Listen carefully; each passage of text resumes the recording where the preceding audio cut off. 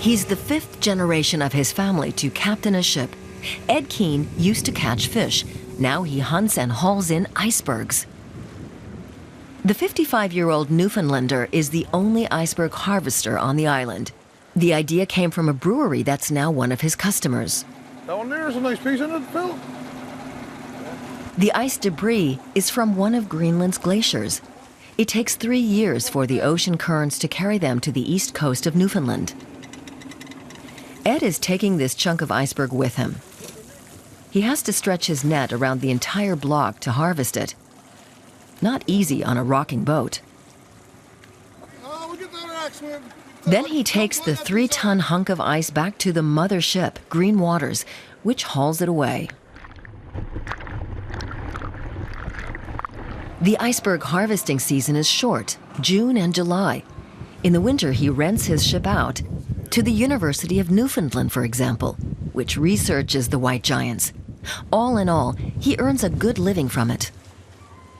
Harvesting icebergs is not without its risks. 9/10 of their mass lies under the surface of the water, so the largest part of an iceberg isn't visible. That's why Ed keeps his big ship at a distance.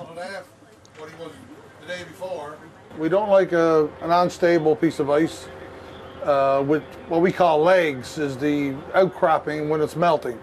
A lot of times they can flip over, turn over, and cause trouble with your barge. From the ports, the ice is transported away and sold in places such as this distillery in St. John's, the capital of Newfoundland.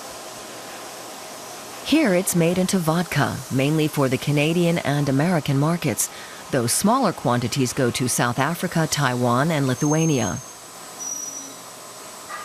Biologist Tara Mowry has been quality control manager here for 6 years. Hi, are we going to test some samples? She and her co-workers regularly check the purity of the water.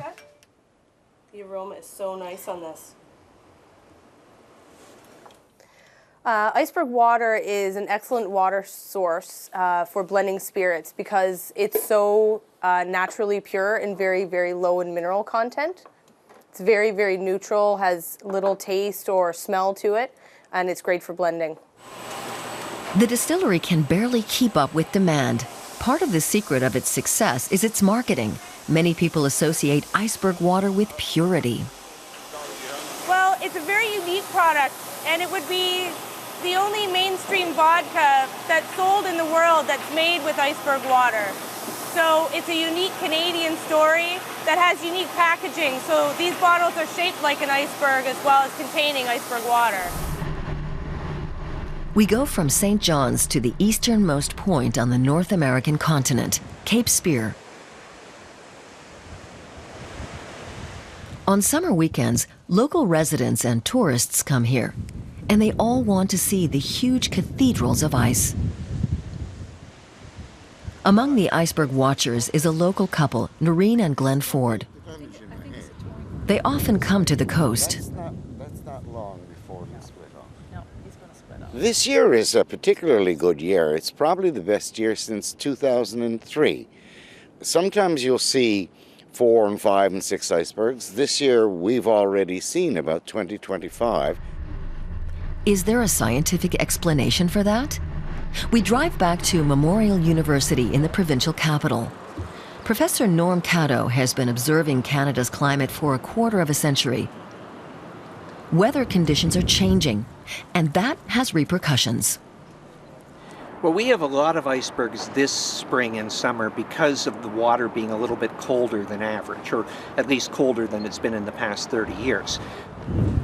He explains that colder seawater, for instance, means the icebergs melt more slowly. In addition, Greenland's glaciers are producing more icebergs than in the past. The wind drives them to the coast of Newfoundland. It's only partially related to climate change. It really depends on how many bergs are produced by calving off the limits of the Greenland ice mass. And then you have to say, well, can they get to us? Can they make their way through the ocean? Can they deal with the waves? Can they deal with the water temperature? So it's a combination of a variety of factors, of which the number produced off Greenland is just one. Just a few hundred meters away is Seacore, a non-profit research institute that collates information from satellites, weather stations, and passing ships. In that way, Institute staff know how and where the icebergs are moving, at least the larger ones. So if you look at this iceberg map here, you can see there are icebergs that are running down the eastern side of Labrador, coming down into Newfoundland here, St. John's, where we're located. You can see that there are icebergs distributed all along here that we're able to see. It's not easy for the scientists to keep an eye on everything.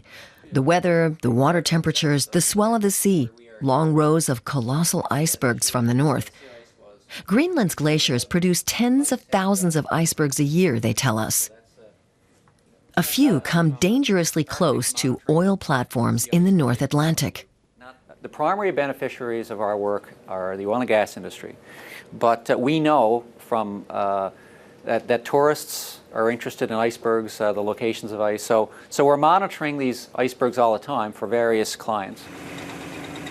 Captain Ed Kean also benefits from Seacor's work. In the harvesting season, he has to know as exactly as possible where the icebergs are. This year, he plans to sell 2 million liters of iceberg water, a quarter more than in 2013.